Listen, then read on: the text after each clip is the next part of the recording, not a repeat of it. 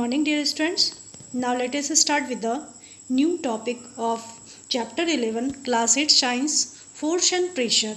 So next part is pressure. What is pressure? So the definition of pressure is the force acting per unit area.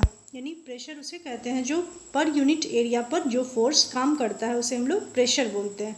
The formula of pressure equal to force upon area. It means P equal to F upon A.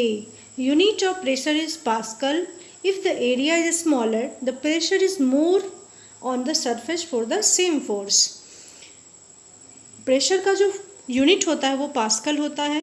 Dear students, अगर किसी भी object पर हम लोग same force को apply करेंगे और अगर उसका सरफेस एरिया स्मॉलर है तो वहाँ पर प्रेशर ज़्यादा लगाना पड़ेगा. For example, increasing the pressure by reducing the area.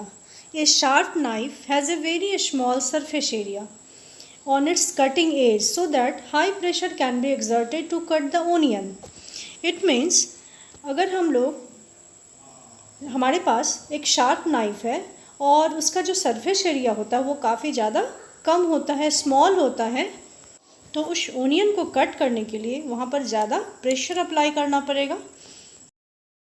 Similarly, when a force is applied to the head of a nail, the pressure will drive its sharp end into a piece of wood easily.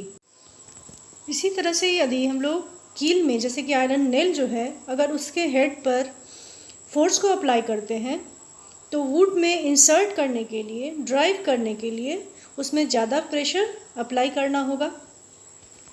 इस point से ये clear होता है कि अगर surface area को reduce कर दिया जाए तो वहाँ पर प्रेशर मैक्सिमम अप्लाई करना पड़ेगा.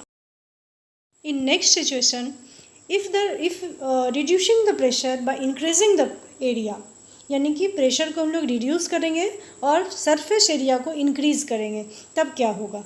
सो skates have a large area to reduce the pressure on the snow so that they do not sink in too far. यानी कि स्केटिंग जो हम लोग करते हैं उसके लिए क्या चाहिए, लार्ज सरफेस एरिया चाहिए. प्रेशर को घटाया जाता है वहाँ पर ताकि बर्फ़ पर क्या है तो उसमें ज़्यादा प्रेशर ना लग सके. प्रेशर कम रहने के कारण वो आसानी से स्लाइड करेगा आइस पर और सिंक भी नहीं होगा. Dear students, our next topic is how pressure exerted by liquids.